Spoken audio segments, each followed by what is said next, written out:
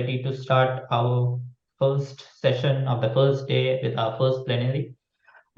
It is my honor to introduce the first plenary of our conference, Professor Madeleine Beekman. Madeline is a professor emerita from the University of Sydney. She previously was the deputy head of the School of Life and Environmental Sciences at the university. She joined the University of Sydney in 2001 after finishing a postdoc at the University of Sheffield, UK. She was the Secretary General of the International Union for the Study of Social Insect and is currently the Editor-in-Chief of Insect Socio, the best journal to read upon social insect work. Her research interests cover multiple themes, including conflict and cooperation, evolution of communication, and decision-making in decentralized systems, as well as covers multiple model systems, including honeybees and slime moths. Today, she will talk to us about why she loves studying honeybees. Over to you, ma'am. Thank you. So I'll start sharing my screen. It works a second ago, so hopefully it works again. Slideshow. Can everyone see this? Yeah, we can see it. I can't. Okay, I can't see anything else anymore. So if there's anything, please make a sound, and I know there's something wrong. Yes. Okay, I decided to basically talk about conflict over reproduction in honeybee colonies. I could have talked about collective decision-making, etc. I could have put them all into one talk, but I thought, that might be a little bit much. So conflict it's going to be. But I gave the title, Why I Study Honeybees, Tales from the Hive, because hopefully I'm going to convince you that studying honeybees is really, really awesome. They are fascinating. And Carl von Frisch, who won a Nobel Prize, or shared a Nobel Prize, I should say, in the 1970s, called them a true magic well, because as he said, no matter how much you have discovered, there is always more. So basically, you're never unemployed if you decide you're going to study honeybees.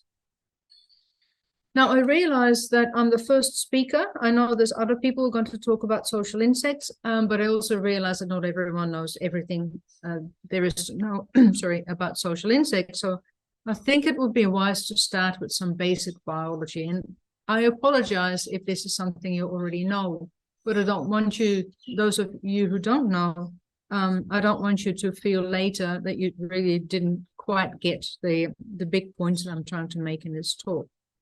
So bear with me if you already know this information. Now, honeybees, like all the other social insects, apart from the termites, are haplodiploid, and they have 3 castes. So we have the male that you can see at the top, and then we have the 2 female castes, the queen in the middle and the worker at the bottom.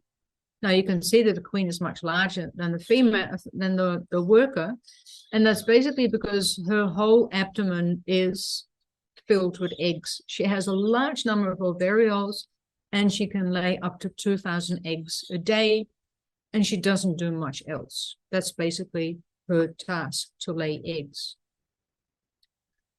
Now, as I said, they're haplodiploid, and what that means that the males, or we tend to call them drones, they come from unfertilized eggs, and the females come from fertilized eggs. Now, all the Hymenoptera females have this amazing ability to completely control the sex of their offspring, because they mate once in their life, in one period in their life, and then they store all that sperm in a special organ, which we call a spermatheca.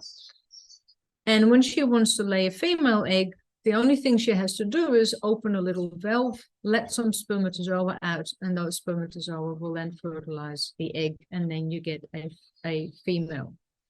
If she doesn't want to produce a female, she keeps that valve closed, and the result, of course, is an unfertilized egg, which then develops into a drone.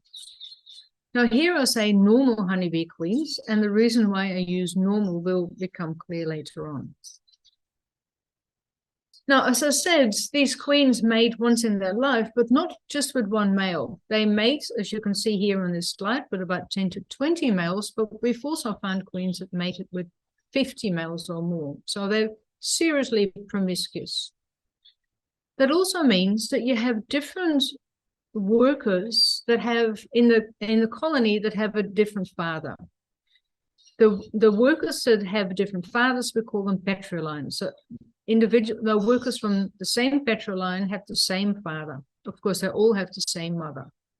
Now, these colors that you see here sort of try to reflect the genetic contribution they get from the female, the queen, and from the males. Now, what is really important, again, for later on, is that there's no genetic difference between the female castes. The only difference between the workers and the queens is the cell in which the egg or the larva is raised. So what you see on the left are worker cells, and the white things are diploid eggs. The cell is small. The workers only feed those larvae a little bit of food or enough food for a worker to grow and develop in those cells.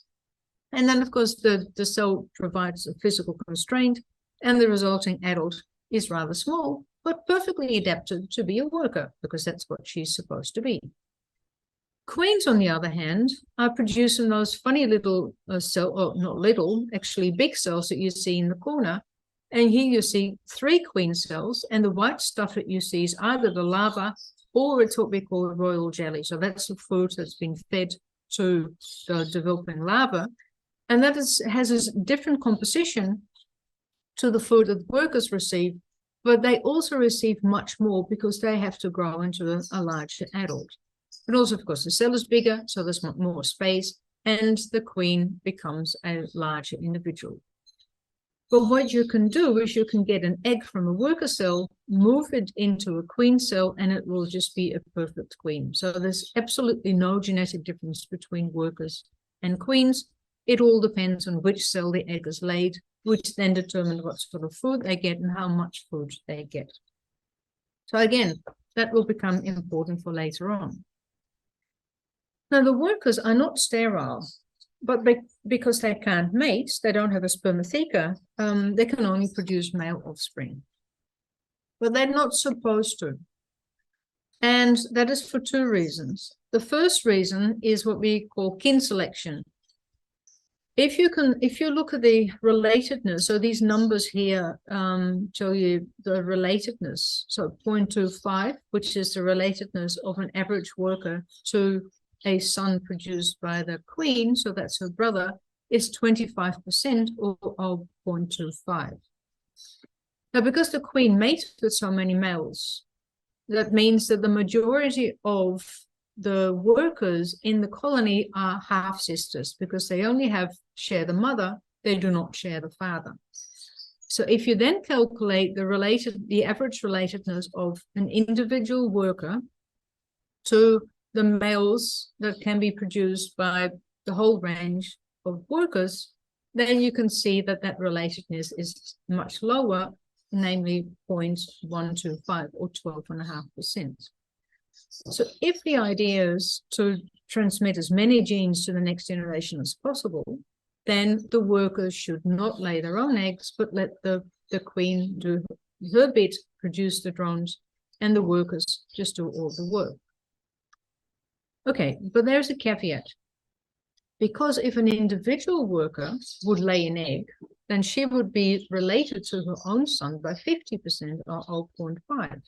And that, of course, is much higher than any of the other possibilities. So ideally, an individual worker would prevent her sisters from laying workers, particularly her half-sisters, but lay drones herself.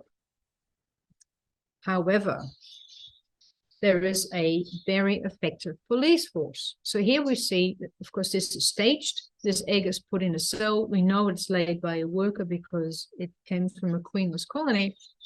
And here we see a police worker going into the cell. She sniffs the egg, and she can detect that egg has not been laid by the queen because the queen produces some sort of mystery chemical which no one has been able to identify. And we've been working on this for years and years and years.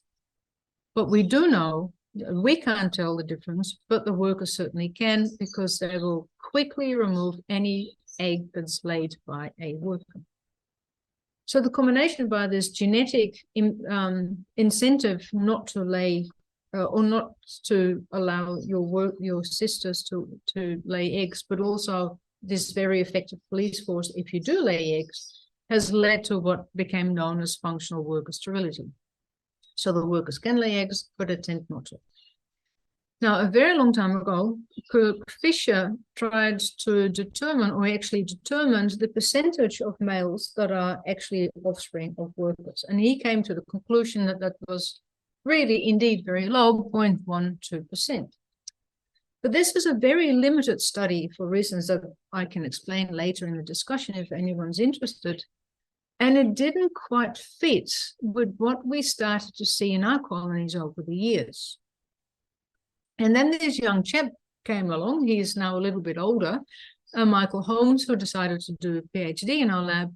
And he really wanted to work on honeybees. And we decided, okay, let's design a rather simple experiment to really, over a whole season, try to determine to what extent workers actually lay drones and are successful in producing those drones, the males. So we divided the reproductive or the honeybee life cycle into 3 reproductive phases, and the months might be a bit strange, but remember this is done in the southern hemisphere, so everything is upside down if you wish. But the most important thing to remember is that we had a reproductive phase, which is the time in which honeybee colonies are producing swarms. So swarms are headed by a queen. It's basically a third of all the workers that leave with the old queen, and then the colony raises virgin queens, and those virgin queens, of course, then have to mate. So this is also the time that you should be producing males, because there's no real point in producing males when there's no one to mate with. So we expect most workers to be focusing their reproductive effort in this reproductive phase. Then in the post-reproductive phase, we see this period where the new queen, she's just mated, she will establish herself, but there's a period in which there's no brood because the old queen has left and the new one is not yet laying eggs. And then we have the pre-reproductive phase where the new queen is happily laying and everything is completely honky-dory. So Michael also did this really simple experiment. So every week he went to his colonies, he collected male pupae if they were there, and he collected workers to dissect them to see if they had active ovaries. And then he genotyped everything, the workers and the male pupae, to see how many of the workers were actually successfully laying eggs that turn into actual drones. And this is basically what he found. So here are the 3 phases again, on the x-axis and on the y-axis, the mean percentage of individuals. In green, we see the worker-laid drones. So this is the contribution of the workers towards the adult drone population, or at least almost adult drone population. And in red or brownish, you see the workers with active ovaries. Now, if we just focus on the reproductive and post-reproductive phase, we see, I think, something interesting. So in the reproductive phase, we see indeed that there's a large proportion of worker-laid drones, but it coincides with the lowest proportion of workers with active ovaries. So that is obvious because someone must be laying those eggs, don't they? In the post-reproductive phase, we see the opposite. We see a large proportion of workers with active ovaries, but a low proportion of worker-laid drones. So that made us think. So then Michael also said he genotyped everyone. And here, what is shown is the different petrolines. They're just numbered by the frequency, so how common they are. So petroline 1 is the most common petroline, and petroline 25 is the least common petroline. We don't talk about the foreigners now. We can in the discussion again.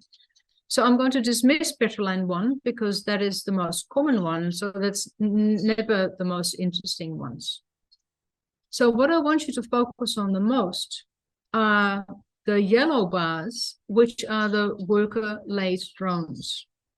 If you look at petrolines number 19, 21, 22, 23, 24, and 25, which are the most rare petrolines, you see that they have a disproportionate they have a disproportionate contribution of worker-produced drones. But we don't find workers of that petroline with active ovaries. So it seems that there's only a few bees that lay eggs that successfully are raised as drones. And because they're so rare, you're very unlikely to pick them up in your sample. So then when you do your dissections, you are not likely to find them amongst your bees with active ovaries. I hope that all makes sense, but otherwise ask me later. So we came to realize that there's different things that you need to do if you want to be a successful cheater. The ones that activate their ovaries aren't necessarily successful reproducers because they may not time their reproduction at the right time. Because as I said, if there's no virgin queens to mate with, then there's no point. And also they have to be able to evade the police force, as you can see here again. So really, we're talking about two types of wannabe cheaters. We have the anarchistic workers, which we see during the reproductive phase. And these anarchistic workers were described in the 1990s. So this is a heritable trait where workers are able to, or are very likely to activate their ovaries, even when there is a queen, during the time when colonies are producing virgin queens. And they're also able to evade this police force. We don't know how. We just know that they do. Then in the post-reproductive phase, we can see rebel workers. The rebel workers were named by a Polish group. And they found that workers that are being raised during the time when the colony is temporarily queenless, and this is when the old queen has left with the swarm and the new queen is not yet laying eggs, these bees are much more likely to activate their ovaries, which makes complete sense because if the new queen would never start laying eggs, then we have what we call a hopelessly queenless colony. And then the best strategy for the workers is to start producing drones so that at least some genes have some probability of getting into the next generation. But if there is a queen, then the police force is just happily doing its work and the rebel workers are not successful because they don't have the special trick that allows them to evade the police force. Okay, great. But I also said in the beginning that queens can lay up to 2,000 eggs a day. How many eggs can even an anarchistic worker lay? Probably about 4 or 5 because it's the number of ovarioles that she has. So this then made us think, well, okay, how useful really is it then to produce a male if you're a worker? Of course, you can produce a very special male. But again, that's not very likely if you're a social insect. And I understand that this video runs a bit funny online, but what you basically see, if you couldn't see it, was a big cloud of black things that look like birds, but it's actually a swarm or a congregation of male bees.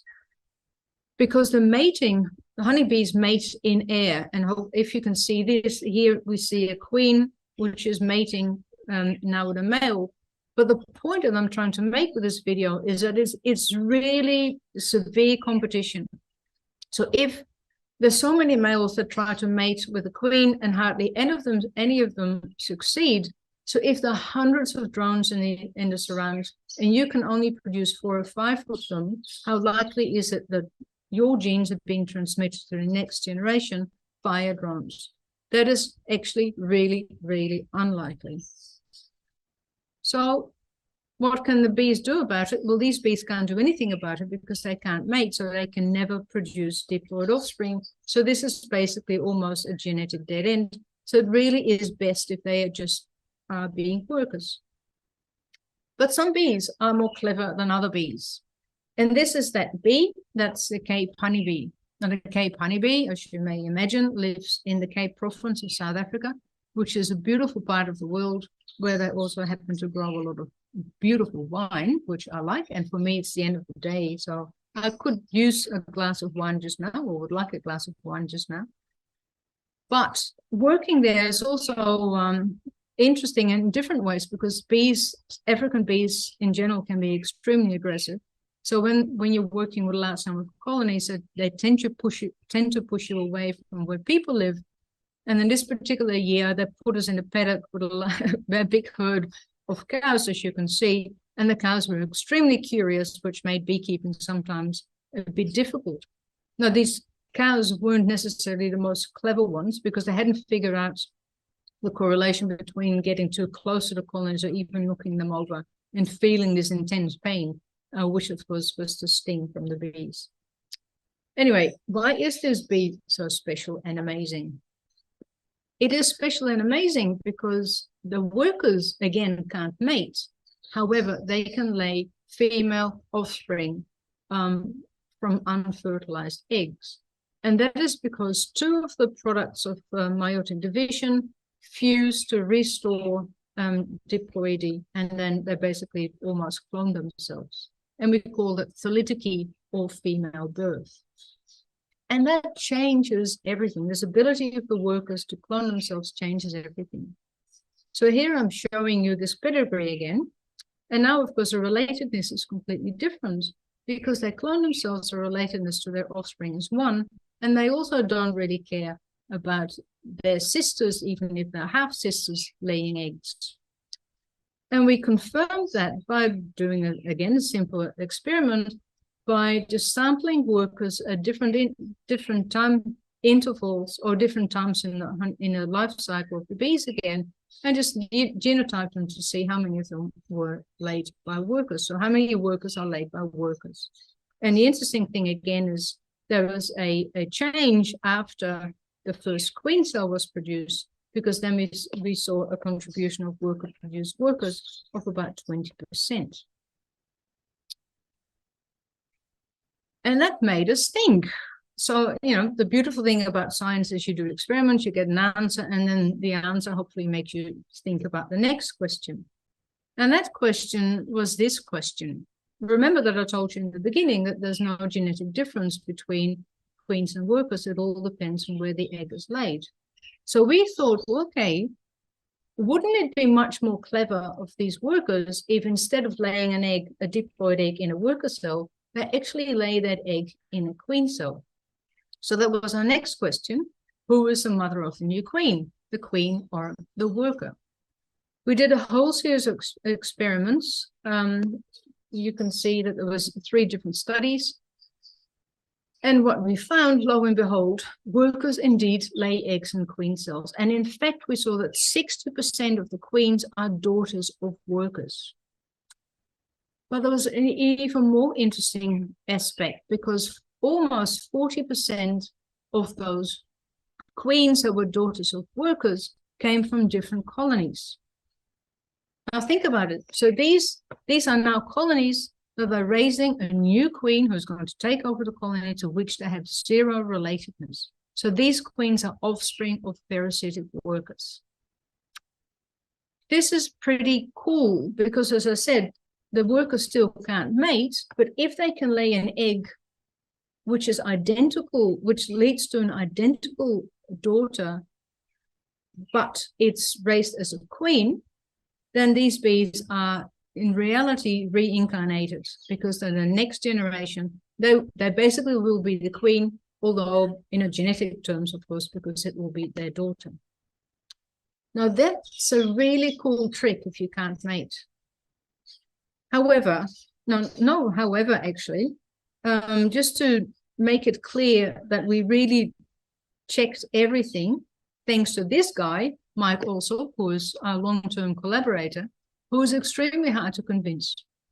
So, okay, he was convinced by the fact that workers lay eggs, not a problem at all, but he was not so much convinced that they actually parasitize other colonies. And he had good reasons to be skeptical, because this is often what happens when you're working with bees, especially when you quickly go from one colony to another colony to another colony. You carry them with you. So Mike's point was, it may well be that these bees lay eggs in a different colony, but it's because we carried them there during our experimental manipulation.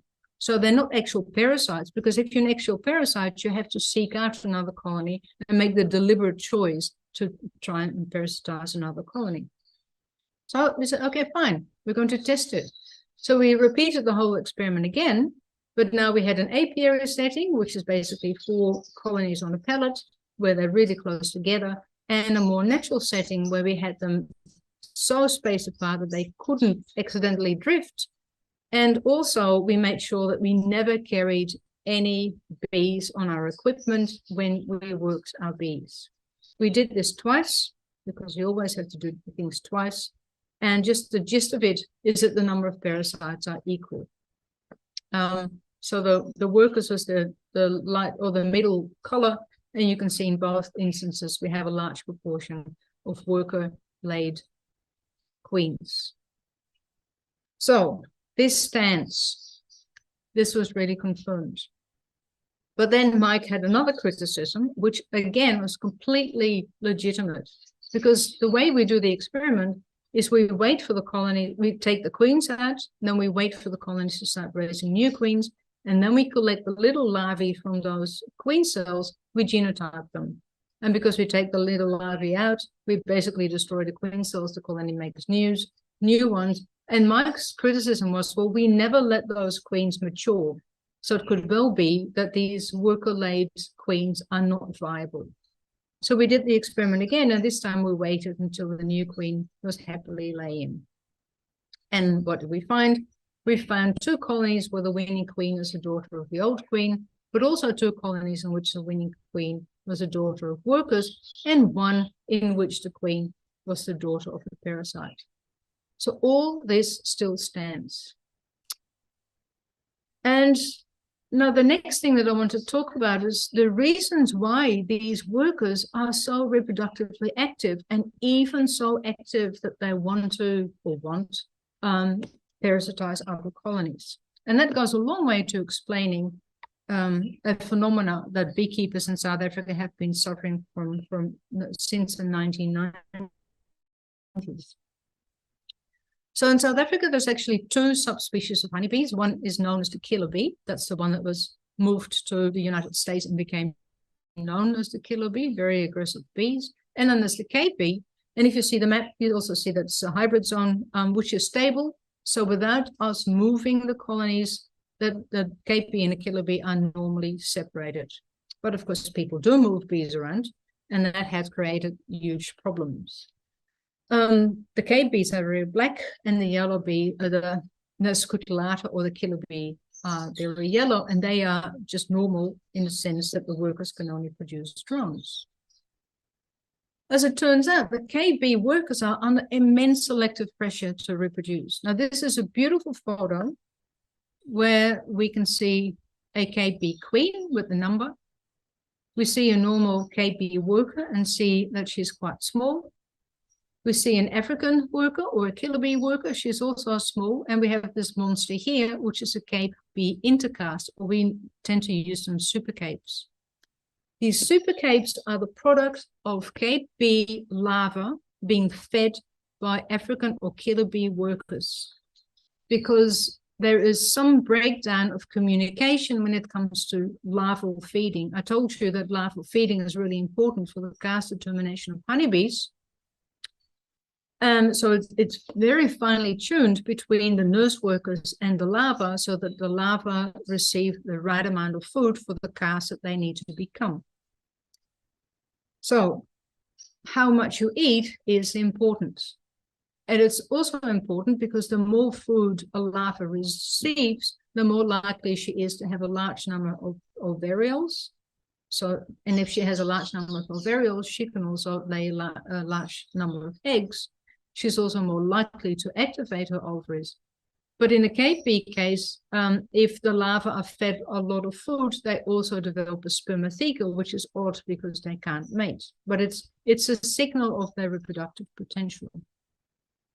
So to understand how this getting the intercaste or the super capes really works, we did what we call the cut and paste experiment, where we basically cross-fostered the brood.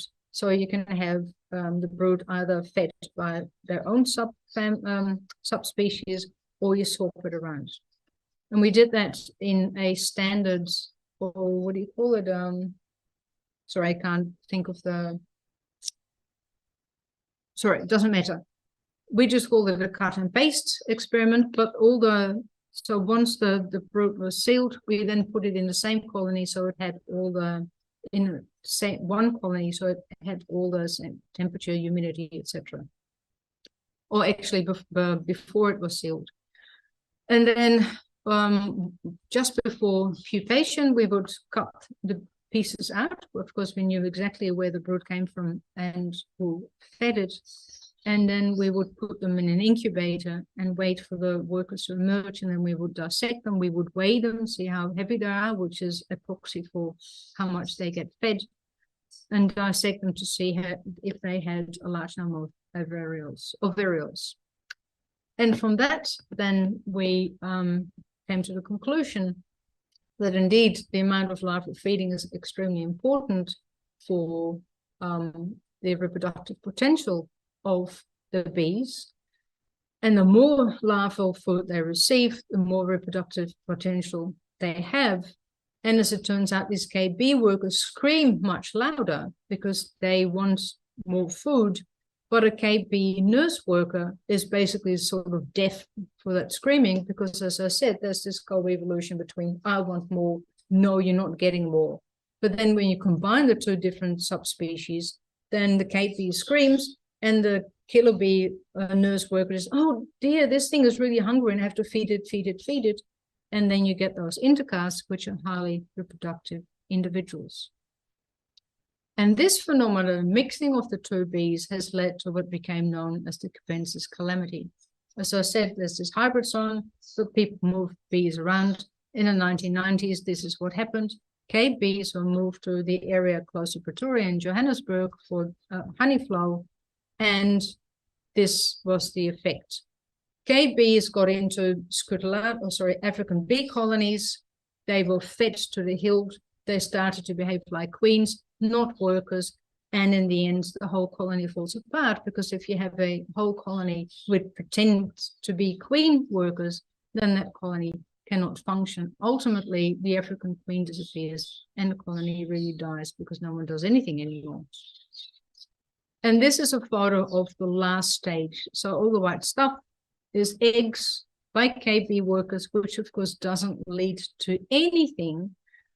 But the interesting thing is this whole Capensis calamity that started in 1990, the bees that are still causing havoc in the South African beekeeping industry are all the offspring of that single worker. So that's one extremely advantaged, competitive lineage that has been selected to have this really high reproductive potential. It could have been any lineage, but this one just outcompeted the other ones. And this shows that the KB workers are really under very high selective pressure to become extreme, or to be extremely reproductive. Okay, I want to leave the workers aside and for the last few minutes talk about the queen.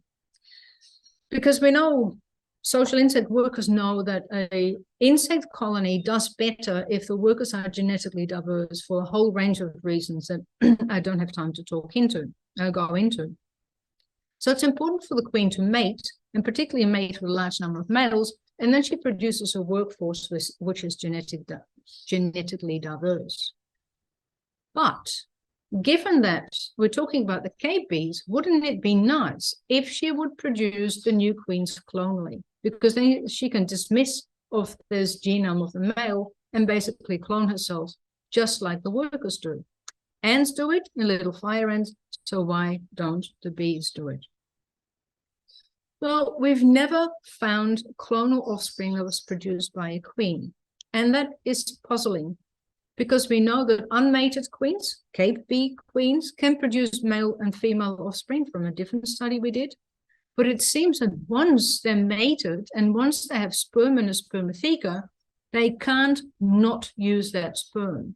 And it almost seems as if it's some form of sexual conflict, where the sperm, you know, this is the male's genome, males because there's many more males than one, sort of force the queen to use their sperm, so because otherwise, of course, they are a genetic dead end, because if they only ever get into workers, then that doesn't do that much for them. So this made us think, well, okay, what then triggers or prevents cloning by the queen? And for very convoluted reasons, we really wanted to answer one question: what does thinking that she has mated do to the queen's ability to produce clonal offspring?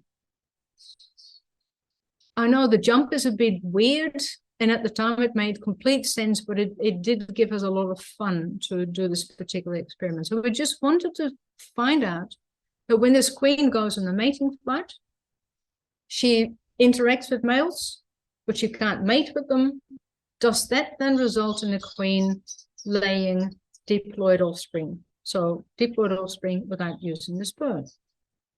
Now, the trouble is that these queens mate in flight. So how do you keep control over whether she is actually mating? Well, simple, isn't it? You make a chastity belt. So we've done a lot of prototypes, actually, and this is the chastity belt that we came up with, which is a bit of a surgical tape that we cut in a little triangle, and we're basically using nail polish, glue it on the back end of the queen. She's not narcoticized here because that would mess things up. So she always wiggles and she sits in a little tube, and it seemed to work. Of course, we also had to be able to take the tape off again once she has gone on a mating flight, because otherwise she will never be able to lay eggs, and she wouldn't be able to poop either, which wouldn't be so good. So here we have a queen with her chastity belt, and she was back in a colony, and it looks hairy because the workers always try to chew it off, and unfortunately often they're actually successful with chewing it off. So the queens are back in their colonies, and then they all have this mating time, which is about 12 or 2, I can't quite remember for that subspecies, when they start mating. And then we had to check the colonies to see if the queens were at the entrance ready to go out to mate, and they were only allowed to go on a mating flight if they still had their chastity belt on. So here am I checking what we call the tunnels of love. My collaborators call it a tunnel of love. So it's basically an extension to the hive entrance with little grids at the hive entrance and also at the other end of the tunnel so that she can go out. Because we had to check, as I said, if she still had a chastity belt on. Well, this queen did not have a chastity belt on, even though she wanted to go on a mating flight, so she wasn't allowed. And then the next morning, we would mark the colony. The next morning, we would put a new chastity belt on her and check if she would want to come out again. This queen returned from a mating flight, and she isn't immediately allowed in. Well, for one thing, we really wanted to have a photo, but also we had to check again if the chastity belt was still on. And in this case, the chastity belt was still on. Now, the jaws of experimental work, we wanted a sample size of 10. We thought 10 is a good number. So we had 10 queens, 3 of them flew, which was good, but 2 of them were never seen again. So they got completely lost, which is actually not that unusual. And we had the one perfect queen who did go on a mating flight and came back with her chastity belt intact, which we then took off. And so we waited until she started laying eggs. But there were also, of the other remaining queens, we never saw them in a tunnel of love. They never tried to leave, yet they started to lay eggs, which was bizarre. Now, what sort of eggs did they lay? They laid males and females. So that showed that queens can lay thalyticus eggs. It confirms again that they can lay thalyticus eggs. The flight is not essential because, as I said, 3, I think, of the queens never flew. So it almost seems that just this manipulation with putting these chastity belts on them and taking them off is enough to sort of trigger them. Okay, I must have mated or something, so I'm going to mate. And of course, they couldn't fly either. So this still hasn't shown that there's a male-female conflict going on, that once the queens have sperm in a spermatheca, they cannot not use it. For me, it's still the most parsimonious explanation, to be honest, that she just cannot not use that sperm if she wants to lay a diploid egg. I'll leave it at this with this unfinished question, I guess, but as I said, we had a lot of fun doing the work. And of course, this is not just my work.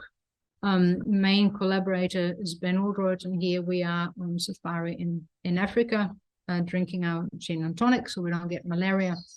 And the other photo is myself and Mike, also who you've seen before, and Christian Franzmann, waiting for the ferry to take us to Robben Island for a completely different experiment.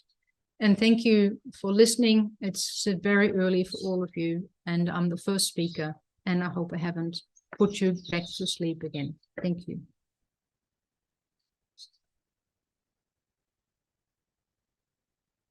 Thank you, man. That was fantastic. I got to know a few new things. So while we wait for questions from the YouTube chat, which I'm looking at, I had a few of my own. I was really fascinated by the chastity experiments. I was wondering if you thought about why even taking them out and doing this manipulation can cause them to produce eggs. Is it because they're exposed to light conditions and that's what they experience when they fly? So this simply changes their behavior, or is it, I mean, one way could be, you mark them, you mark their eyes so they can't see light when you take them out, or do it in a dark. I don't know. Have you thought about this? I hadn't thought about it, and we didn't think of the light actually, because I don't think it will be the light, for the simple reason that every time you open a colony, there's light coming in anyway, and especially when you're checking whether the queen is still there, etc. So I think it's something to do with manipulating them. Okay. Because the ones that didn't fly, they often lost the chastity belt because the workers don't like foreign objects, so they just chewed it off. And so the next morning, okay, you have to put the chastity belt back on again or make a new one, of course. It just seemed to have something to do. Yes, the reason why I'm saying that is because Mike and Ben did another experiment the season before where they basically locked the queens up. So they were never allowed to go out and fly, but they didn't do anything with them either. And those queens just died. They never started laying eggs. And of course, the colonies were still open to see if the queens were still alive, but they did manipulate the queens. Mm-hmm. So I think it's just this manipulation of the back end that sort of stimulates this notion, I must have mated, so I'm going to lay diploid and haploid eggs. Interesting. Yeah. We're still waiting for questions. Then it gives me the chance to ask a few more. So I think this is sort of a little basic question. I was wondering if we know if the queens can control which male's sperm is used to produce the eggs. Like, is it either just sequentially giving an advantage to males that either mate first or last, or it's just random? Do you know anything about that? Yes, so people have done artificial insemination, so they know exactly the sequence of the mating. Of course, it's not real mating. And then genotypes the workers to see if there was non-randomness in the contribution of the sperm. And they never found any evidence for non-randomness.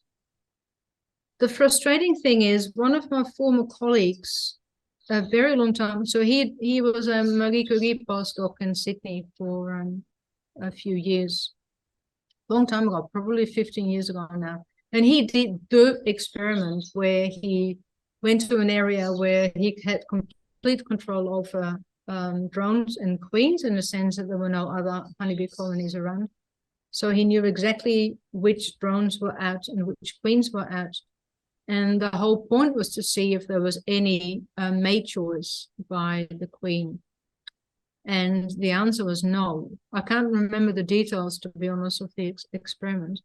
But he never published the data, which that's almost a sin, people who are listening. If you have data, you do have to get them published. Even if you don't like the outcome, get them published, because otherwise other people are going to try and repeat the experiment and they're wasting their time. So anyway, the short answer is there's no evidence of mate choice. Okay. So I think we have a few questions in the YouTube chat. Christian Rosler asks, cannot the colonies recognize each other due to the scent, which is in turn influenced by the genetics? And then she has two more questions, but maybe you can answer this and then we go to the other. Yeah, so colonies have a very strong identity check, but that's not based on genetics, that's based on familiarity. So, and I've done experiments when I was in Sheffield. But this is on the normal honeybee, not on the Cape honeybee, where we basically looked at when colonies start to reject what used to be their nestmates when you split a colony. So you have genetically the same, the colony is genetically the same, but you keep them separate. And one colony had to, this is after swarming, that colony had to build its own new comb. And so they produce wax, but they also use a lot of the floral cues, etc., that get incorporated in the wax. So at some stage, even though they came from the same colony, their odors started to diverge. And you could see that that was really the case because this colony was now starting to reject what are actually its sisters, but they smell differently. So there's no genetic component, but there's definitely a familiarity component. So we've also done experiments to see if the Cape honeybee or the African bees are really good at discriminating against Cape honeybees, but for some reason they don't seem to be doing that. But it's also conflated with the need to look after, to prevent foreigners from coming in. Because if there's a huge honey flow, the main reason for bees to go into another colony is to rob it from its honey and its pollen. So if there's enough honey and pollen, they don't really care about who's coming in. So they haven't woken up to this notion that we can also have parasites come in. So evolution or natural selection maybe still has to do some catching up there. So they have they have another question, and I think that sort of you already answered. So they say that thus should the scent come from the mother's genetics when they have different fathers? If so, cannot the colony members recognize cheaters' eggs or offspring because of their different scents? Yeah, well, it's a very logical thing to think that that is what they should do, but the trouble is that they can't do it because they all live in the same common environment. So they just all start to smell the same. So the genetic differences are basically being masked by the social environment. I guess you also answered with that if the other sense more essential to recognize colony members. It's used to recognize nestmates, yes. Yeah. So I think we are still waiting for more questions, and which gives me the chance again. Another sort of a little bit more basic question. I'm wondering how much we know about the trade-off between the level of genetic diversity and when, say, the colony structure might start breaking down, right? Like, can you simply keep increasing genetic diversity in the colony, or is there at some point where the workers are very less related to each other and then they have to, they stop engaging in altruistic tasks? No, because they will all still have the same mother, of course. So that's always the anchor point. Mm-hmm.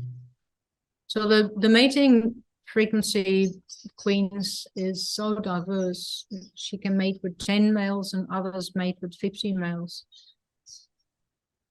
Having said that, though, a colleague of ours, she has done some work, and this is mainly geared towards beekeepers, because often commercial beekeepers do artificial insemination because they want to, breed from particular stocks, etc.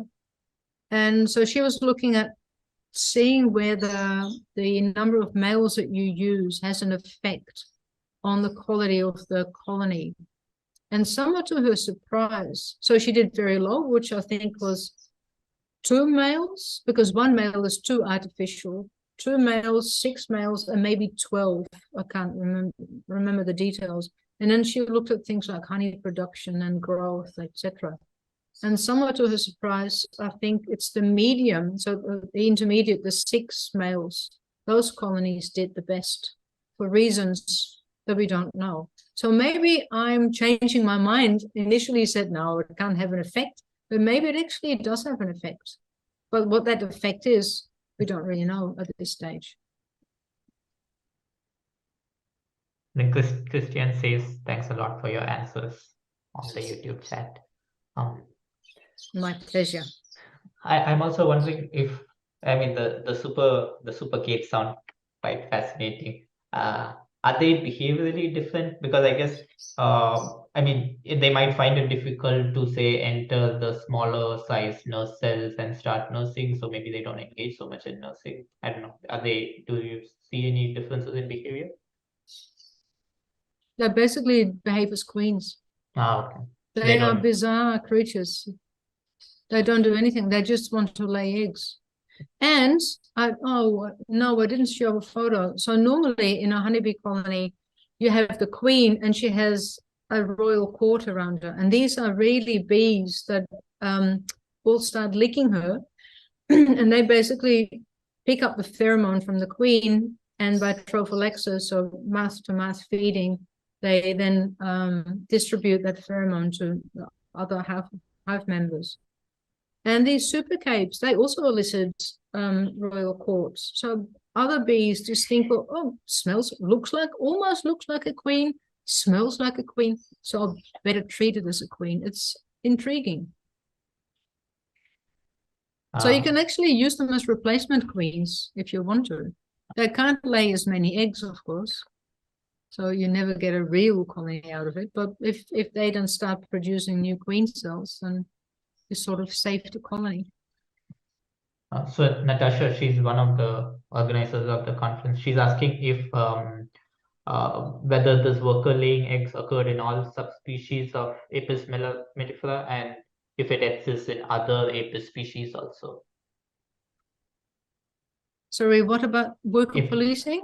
I guess the worker laying queens, like when workers lay queen eggs, I guess is what she means. And if it exists in other Apis species that we know of. Yeah, well, actually, Michael Holmes, who did that first experiment with the life history and looked at the contribution of workers towards drones. He also worked in South Africa during his honors, and then during his PhD, he went to China because in China and Asia, you have the Asian hive bee, Apis cerana. And there were stories that Apis cerana workers too can clone themselves and produce produce clones. So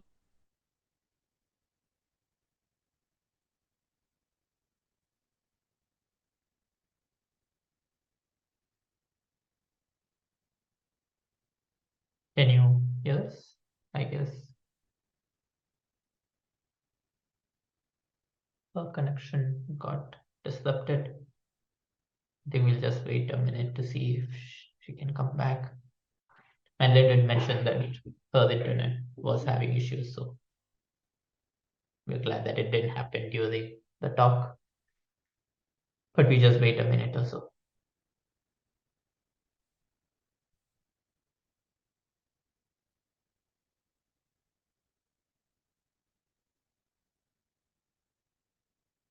She seems to have disconnected.